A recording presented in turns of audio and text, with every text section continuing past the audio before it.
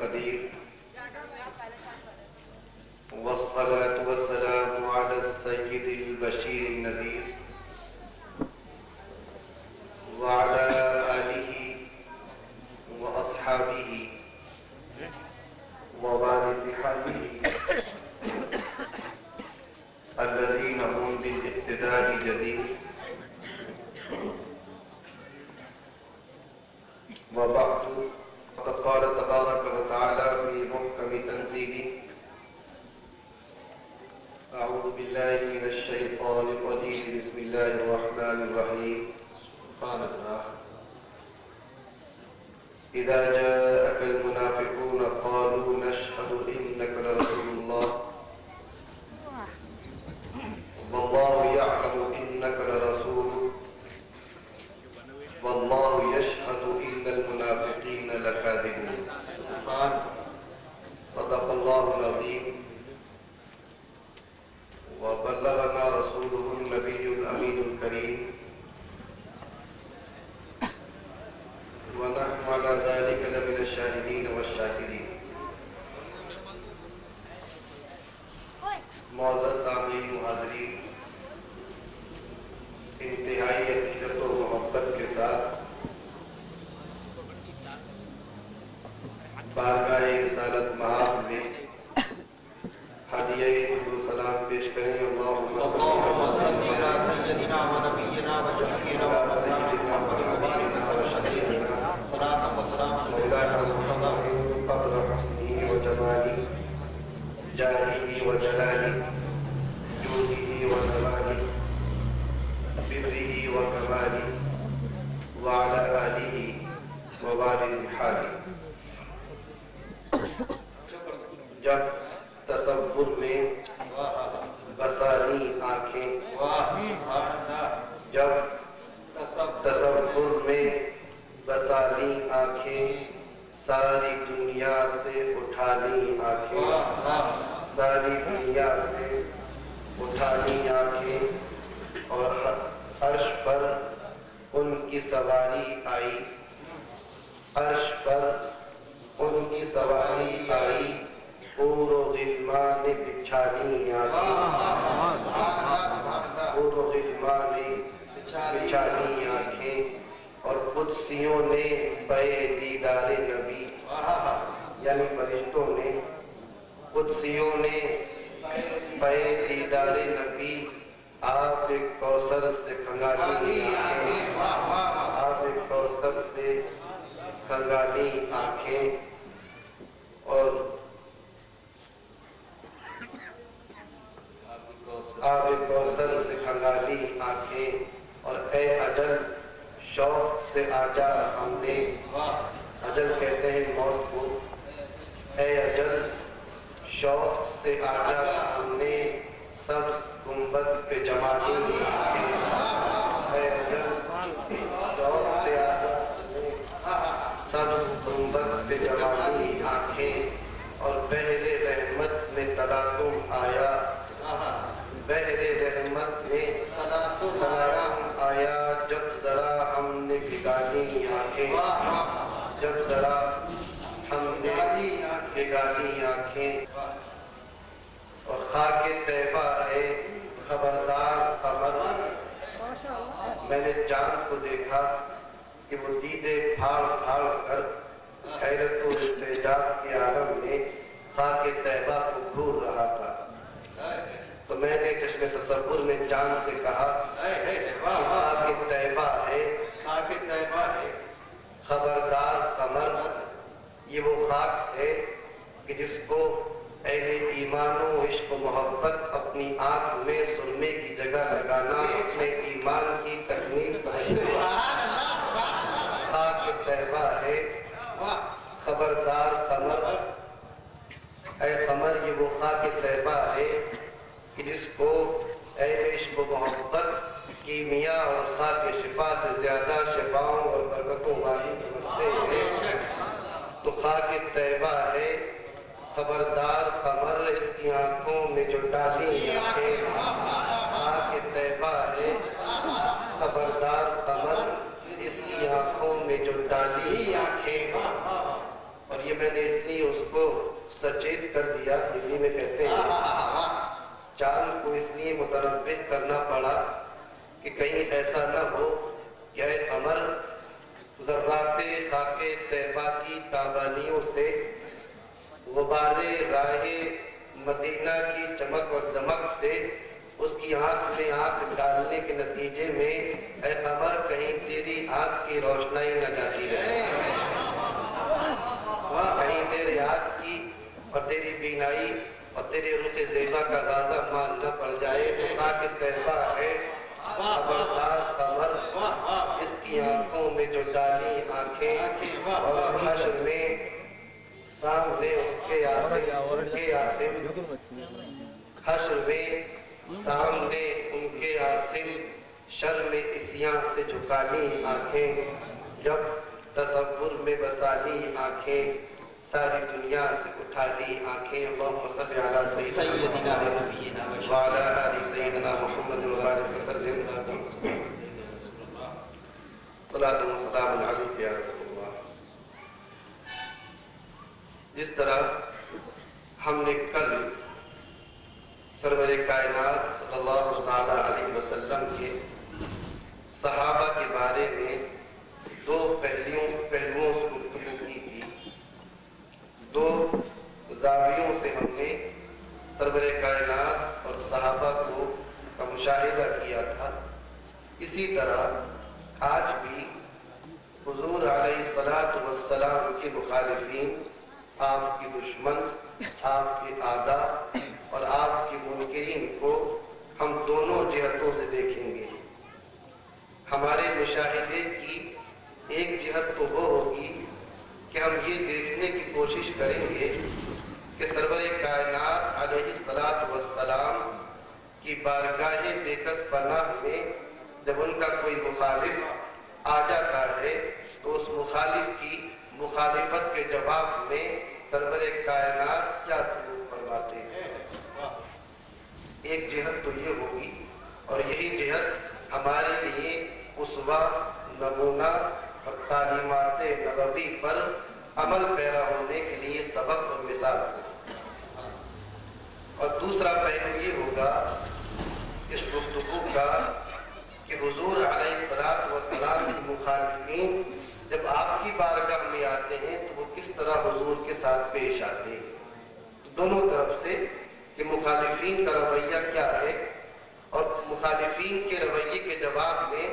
سرکار دو عالم صلی اللہ علیہ وسلم کا شیوے عدل و رحمت و بخشش کیا ہے۔ ان دونوں چیزوں پر ہم گفتگو کریں گے، اور اسی درمیان جو آیت کریمہ میں نے تلاوت کرنے کا شرف حاصل کیا ہے قرآن کریم کی،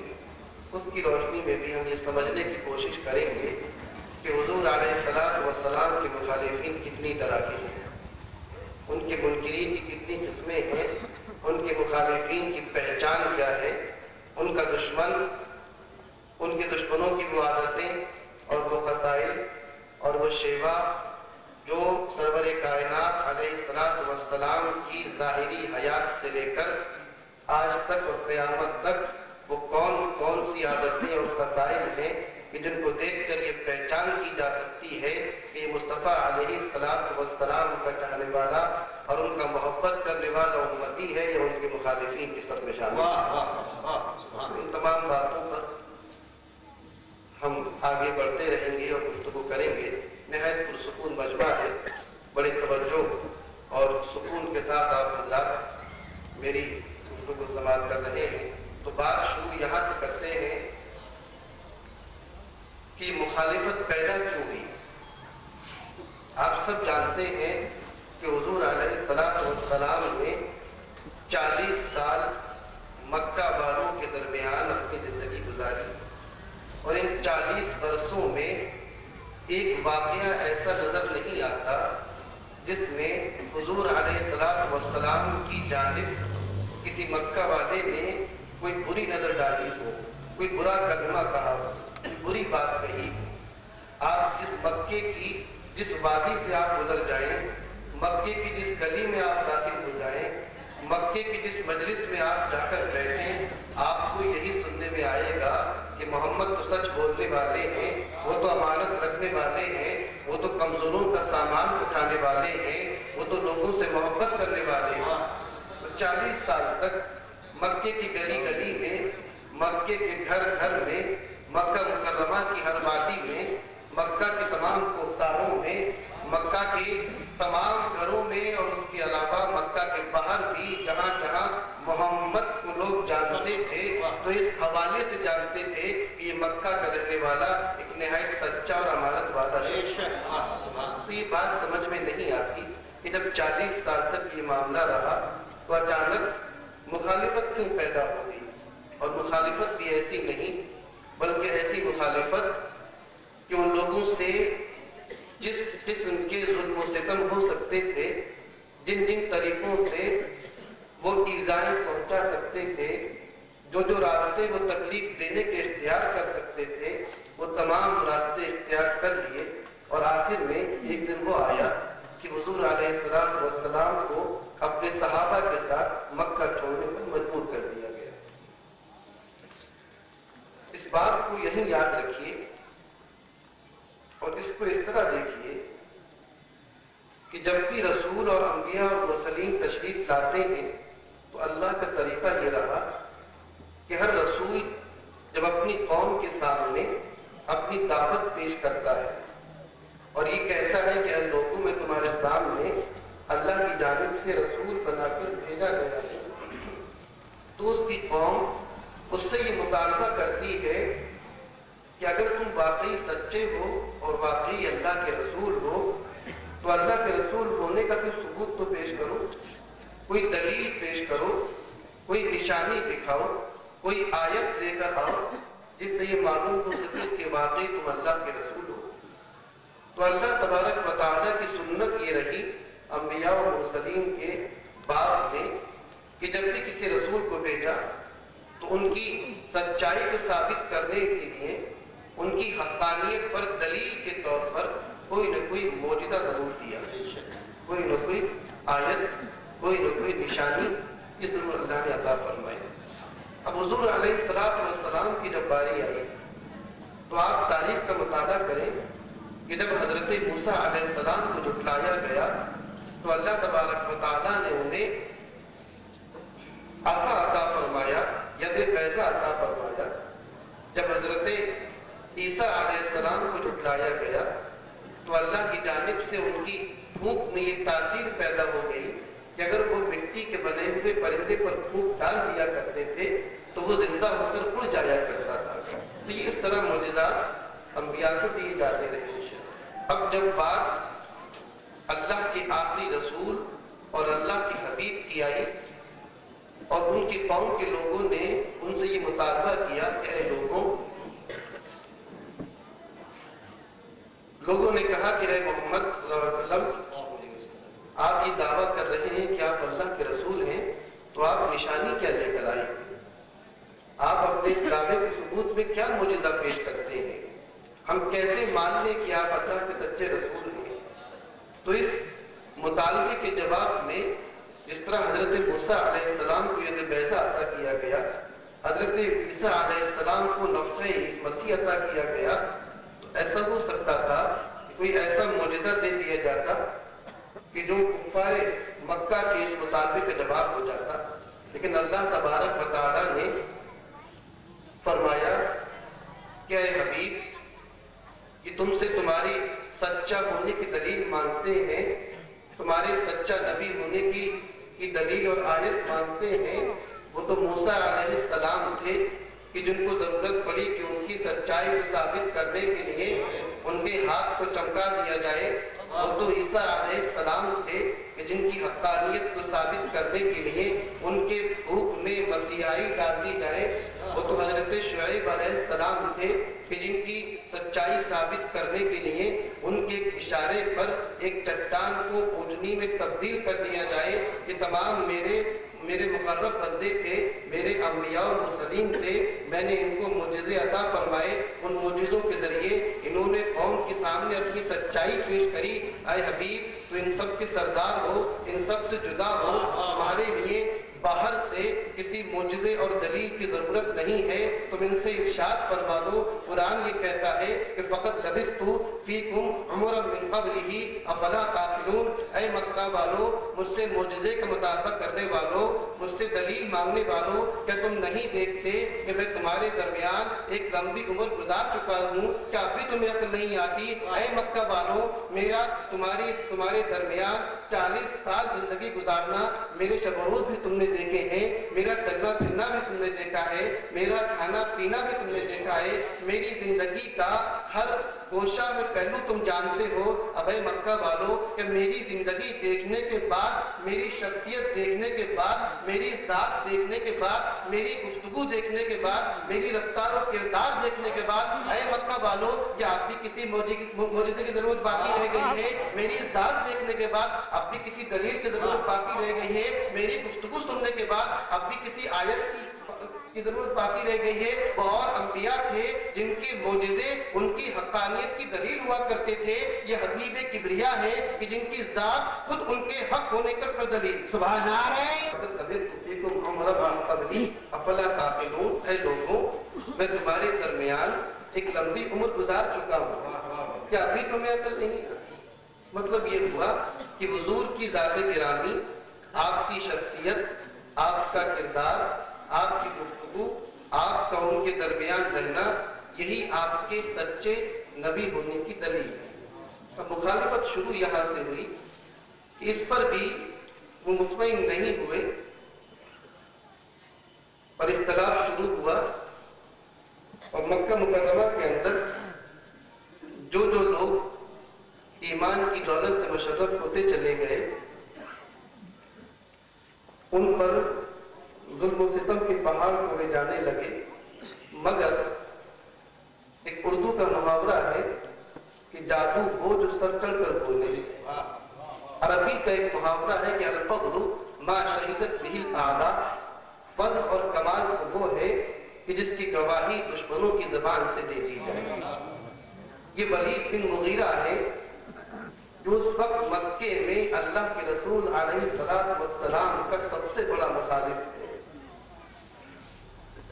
حج کا زمانہ قریب آیا کیونکہ اس وقت بھی لوگ کفار مکہ اپنے طریقے سے حج کیا کرتے تھے تو کفار مکہ اور مخالفین رسول کو یہ فکر ستانے لگی کہ دور دور سے لوگ حج کے لیے مکہ آئیں گے اور محمد صلی اللہ علیہ وسلم ان باہر سے آنے والے لوگوں کے سامنے اپنے دین کی تبلیغ کریں گے کہیں ایسا نہ ہو کہ ان کی میٹھی میٹھی گفتگو سن کر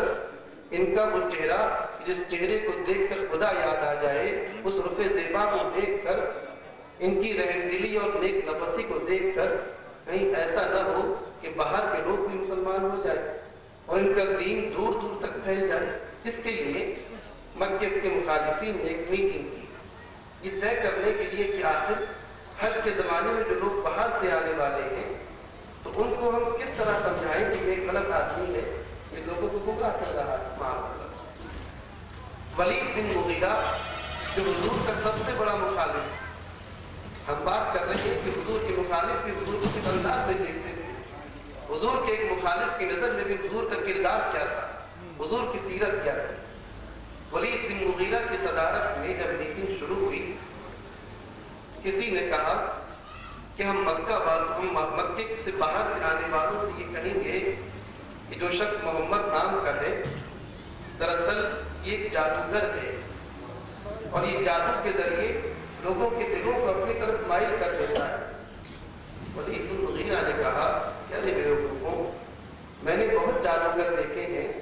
میں نے بہت ساحرین دیکھے ہیں ان کے منظر بھی سنے ہیں ان کا کلام بھی سنا ہے اگر تم یہ بات مسافروں سے کہو گے کہ یہ جادوگر ہیں تو تمہاری بات پر یقین کرنے کی بجائے اگر وہ ایک بار محمد کی گفتگو سن لیں گے تو تمہارے اوپر ہنسیں گے کہ جادوگر تو ایسے نہیں ہوتے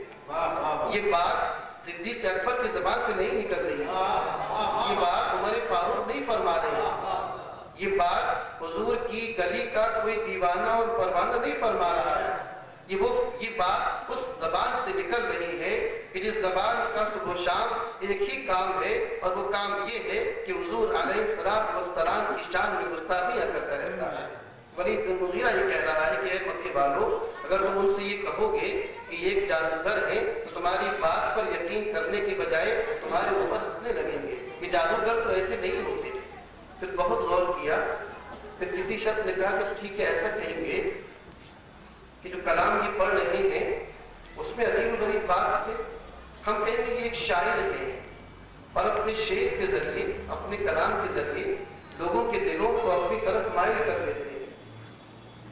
ولید بن مغیرہ نے کہا کہ ارے بیوقوفو، میں تم میں سب سے بڑا شاعر ہوں، میں قصیدے کی تمام باریکیاں جانتا ہوں، مجھے معلوم ہے کہ تشبیہ کسے کہتے ہیں،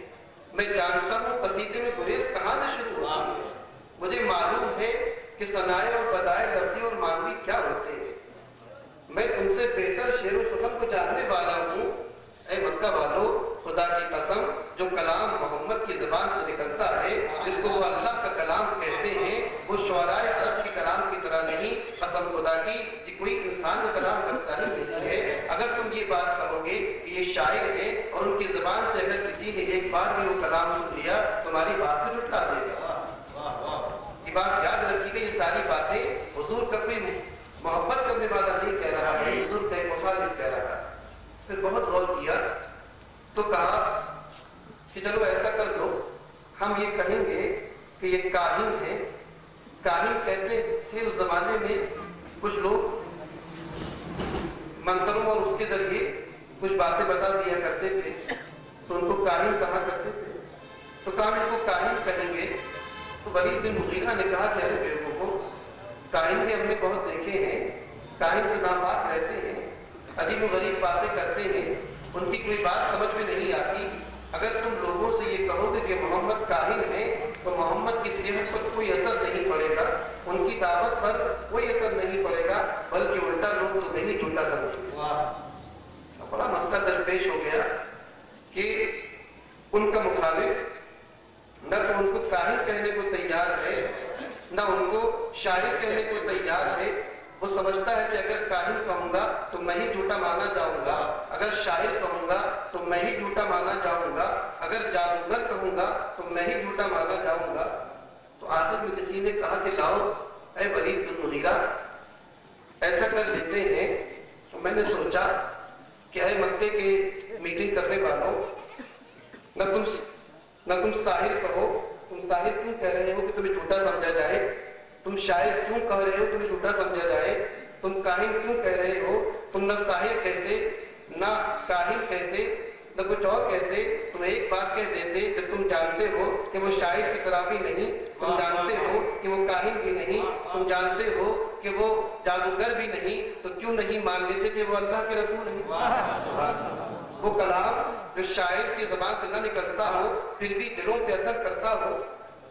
وہ کلام جو کاہن کی علم کی بنیاد پر معلوم نہ کیا گیا ہو پھر بھی مستقبل کی خبر دیتا ہو،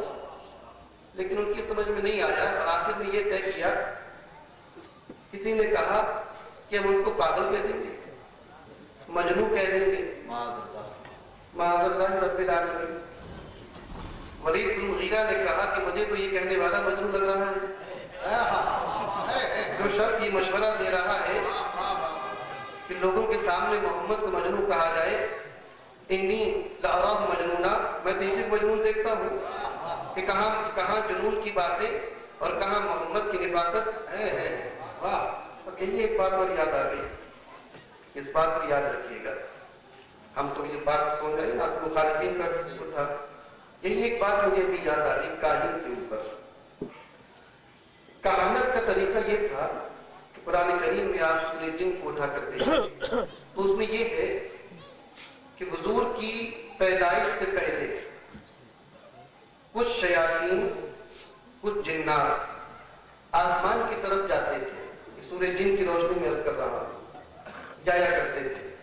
اور وہاں فرشتوں کے درمیان اور قضاء و قدر کے ذمہ داروں کے درمیان گفتگو ہوتی تھی، اس کو سن کے آ جایا کرتے تھے۔ اور وہاں یہ بات ہو رہی ہو کہ کل فلاں شخص کو چوٹ لگنے والی ہے، انہوں نے سن لیا، آگے بتا دیا کل کیا ہونے والا ہے، اس کو کاہن کہا کرتے تھے کہ جو جناتوں اور شیاطین کے ذریعے علم حاصل کرتے تھے چھوٹا موٹا، اور لوگوں کو مستقبل کے بارے میں بتا دیا کرتے تھے، اس کو کاہن کہتے ہیں۔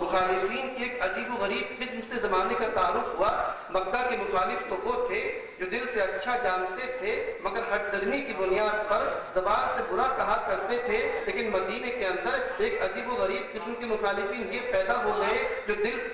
جو زبان سے تو اللہ کا رسول کہا کرتے تھے، جو زبان سے تو تعریف کیا کرتے تھے، جن کی زبان پر ہمیشہ حضور کی نعت ہوا کرتی تھی، آپ کی سنت ہوا کرتی تھی، آپ کی گفتگو ہوا کرتی تھی، کبھی آپ کے کردار کی تعریف کرتے تھے، کبھی آپ کے عمل کی تعریف کرتے تھے، غرض کے ان کی زبانوں پر حضور کی تعریف ہوا کرتی تھی، لیکن ان کے دل اس تعریف سے خالی تھے۔ جس طرح مکے والوں کے دل میں حضور کی حقیقی حیثیت تھی، حضور کو وہ سچا جانتے تھے، زبان سے جھوٹا کہتے تھے، مدینے کے مخالفین زبان سے سچا کہتے تھے، دل سے جھوٹا مانتے تھے،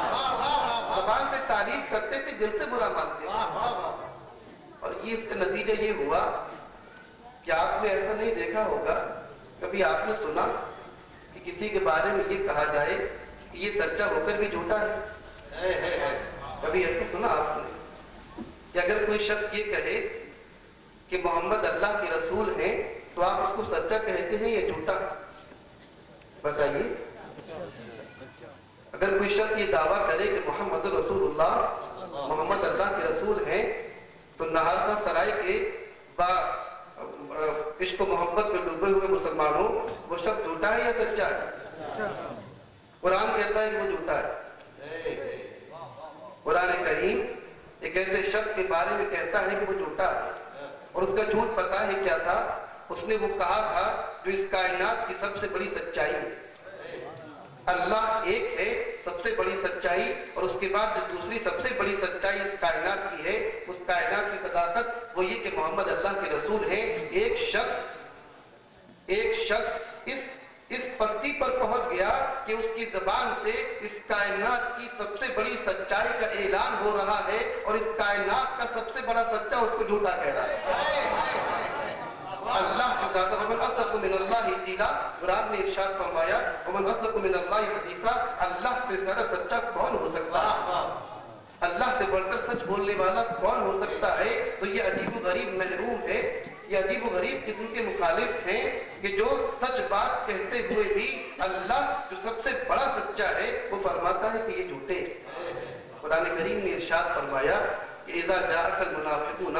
قالوا نشهد انك لرسول اللہ، اے رسول جب آپ کی بارگاہ میں یہ منافقین حاضر ہوں اور آپ سے یہ کہیں کہ ہم یہ گواہی دیتے ہیں کہ آپ اللہ کے رسول ہیں، کیا کہتے ہیں؟ ہم گواہی دیتے ہیں کہ آپ اللہ کے رسول ہیں، تو سچے ہونے چاہیے نا۔ اللہ نے فرمایا واللہ یعلم انک لرسول، اللہ خوب جانتا ہے کہ آپ اللہ کے رسول ہیں۔ اللہ اس بات کو خوب جانتا ہے کہ آپ اللہ کے رسول ہیں۔ واللہ یشہد، ایک گواہی ان منافقین نے دی تھی کہ آپ اللہ کے رسول ہیں۔ واللہ یشہد، اب ایک گواہی اللہ دے رہا ہے، اللہ گواہی دیتا ہے کہ ان المنافقین لکاذبون، اے محمد اے حبیب یہ بات کہہ تو ضرور رہے ہیں کہ آپ اللہ کے رسول ہیں، لیکن اللہ گواہی دیتا ہے کہ منافقین اپنے اس قول میں جھوٹے۔ پتہ یہ چلا کہ مخالفین دو طرح کے ہوئے، ایک مخالفین جو مکہ میں تھے، ایک مخالفین جو مدینے میں تھے۔ فرق آپ سمجھ گئے نا کہ جو مکہ کے مخالفین تھے دل سے اچھا سمجھتے تھے مگر ہٹ درمی کی بنیاد پر زبان سے اچھا کہنے کو تیار نہیں۔ ایک مخالفین مدینے کے اندر جو دل سے تو برا سمجھتے تھے لیکن زبان سے اچھا کہنا ان کی مجبوری تھی، مجبوری اس لیے کہ اگر خدا نخواستہ زبان سے کوئی کلمہ ایسا نکل جاتا جس میں گستاخی رسول کا ادنا پہلو ہوتا تو شمشیر فاروقی وہ زمانہ وہ ہندوستان وہ زمانہ جمہوری ہندوستان کا نہیں تھا، وہ زمانہ آج کا زمانہ نہیں تھا۔ اس وقت حضرت عمر فاروق کی تلوار نے گستاخ رسول کے سامنے کبھی میان میں ہونا سیکھا ہی نہیں تھا، تو ان کی مجبوری تھی کہ دل سے برا سمجھتے ہوئے مجبوراً زبان سے حضور کو اچھا کہا کرتے تھے۔ تو معلوم یہ ہوا قرآن کریم کی آیت کی روشنی میں کہ مخالفین دو طرح کی بات سمجھ میں آتی نا آپ کو۔ اب اس بات کو آگے بڑھائیے۔ ایک بار ہوا یہ کہ غلطی سے ایک مخالف نے حضور کی گستاخی علن اعلان کر دی، اور جو جملہ اس نے کہا اس جملے کو قرآن کریم نے محفوظ کر دیا. اس گستاخ اور مخالف نے کہا لئن رجعنا الى المدینہ لیخرجن الأعز منها الأذل، کہ اگر ہم اب مدینہ لوٹ کے جائیں گے تو وہاں سے ان ذلیلوں کو معاذ اللہ ہم عزت والے نکال کے باہر کر دیں گے. اور معاذ اللہ ثم معاذ اللہ اس میں ذلیل سے مراد حضور کی ذات گرامی لی، گستاخی اس نے کی. اور یہ قرآن کریم کی آیت ہے، قرآن نے اس چیز کو محفوظ کر دیا. جب حضور کی گستاخی اس نے کی تو صحابہ میں شورش پیدا ہوئی کہ اس کی تو بہت گندی بات کہہ دی. اب چاہیے کہ یہ حضور کی بارگاہ میں آ کر معافی مانگے. بات مخالف کی ہو رہی ہے، کیونکہ آپ یہ دیکھ رہے ہیں کہ ایک مخالف وہ بھی ہے کہ جس کے دل میں حضور کی توہین، زبان پر تعریف تو ہماری بھی ہے. اب یہ فرق کیسے ہو کہ جن لوگوں کی زبانوں پر تعریفیں ہیں ان میں کون کون لوگ ایسے ہیں کہ جن کے دل ان کی تعریفوں کا ساتھ نہیں دیتے. مسئلہ بھی دیکھنے والا ہے نا. بھی تعریف تو میری زبان پر بھی ہے، تعریف تو تسلیم بھائی کی زبان پر بھی ہے، تعریف تو عزیز میاں بھی کرتے ہیں، اور تعریف تو عبداللہ ابن ابی بن سلول بھی کرتا تھا، اور تعریف تو وہ شخص بھی کرتا تھا جس کے جملہ قرآن نے محفوظ کر دیا. تو اب یہ فرق کیسے ہو کہ جن لوگوں کی زبانوں پر تعریفیں ہیں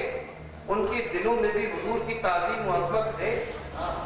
تو اس واقعے نے ایک مثال آپ کے سامنے سے دی، ایک معیار آپ کے ہاتھ میں دے دیا کہ اس معیار پر آپ تول سکتے ہیں اور دیکھ سکتے ہیں کہ جس شخص کی زبان پر تعریف ہے اس کا دل کیسا ہے. جب اس سے یہ کہا گیا، امام قرطبی اپنی تفسیر میں یہ روایت نقل کرتے ہیں کہ جب اس سے یہ کہا گیا کہ اے عبداللہ ابن ابی بن سلول، تم نے بڑی گستاخی کی ہے، حضور کی بارگاہ میں توہین کی ہے، اور اب چاہیے کہ تم اللہ کے رسول کی بارگاہ میں حاضر ہو کر ان سے معافی طلب کرو، ان سے معذرت چاہو، تاکہ اللہ تبارک و تعالیٰ تمہاری اس غلطی کو معاف کر دے. اب اس کے جواب میں بات تو کوئی غلط نہیں تھی نا، آپ سمجھ لیں میری بات کو. بھئی تم نے حضور کی بارگاہ میں گستاخی کی ہے تو حضور کی بارگاہ میں جا کر تم معافی مانگ لو. مشورہ غلط نہیں تھا نا، بات غلط نہیں تھی. اس میں نہ کوئی شرک تھا نہ اور کسی قسم کی کوئی کفر تھا. بھئی اللہ کے رسول کی بارگاہ کی توہین، اللہ کے رسول کی بارگاہ میں جا کر معافی مانگ لو. تم نے اتنا سب جملہ کہہ دیا. اس مطالبے کے جواب میں عبداللہ ابن ابی بن سلول نے جو الفاظ کہے، عزیزو، دوستو، مسلمانوں، ان الفاظ کو یاد رکھ لو اور ان سے عبرت حاصل کرو. سبحان اللہ. صحیح روایت یہ ہے، اس روایت کی صحت کا ذمہ دار میں. جب اس سے یہ کہا گیا کہ تم اللہ کے رسول کی بارگاہ میں جا کر اپنی اس غلطی کی معافی چاہ لو، تو عبداللہ ابن ابی بن سلول رئیس المنافقین نے یہ کہا کہ اے لوگو، اب تک تو تم نے مجھ سے کہا کہ نماز پڑھو، میں نے نماز پڑھ لی. تم نے کہا کہ روزہ رکھو، میں نے روزہ بھی رکھ دیا. تم نے کہا کہ زکوٰۃ دو، میں نے زکوٰۃ بھی دے دی. اب اگر تم مجھ سے یہ کہو کہ محمد کو سجدہ کرو تو یہ میں کرنے والا نہیں ہوں. اگر تم مجھ سے یہ مطالبہ کرو کہ محمد کو سجدہ کرو تو یہ میں کرنے والا نہیں ہوں. مجھے بتاؤ، سجدہ کرنے کو کس نے کہا؟ سجدہ کرنے کو وہاں کس نے کہا؟ بات صرف اتنی سی تھی کہ اللہ کے رسول کی بارگاہ میں گستاخی کی ہے، جا کر ان سے معافی مانگ لو. معافی بغیر تعظیم و ادب کی نہیں ہوتی.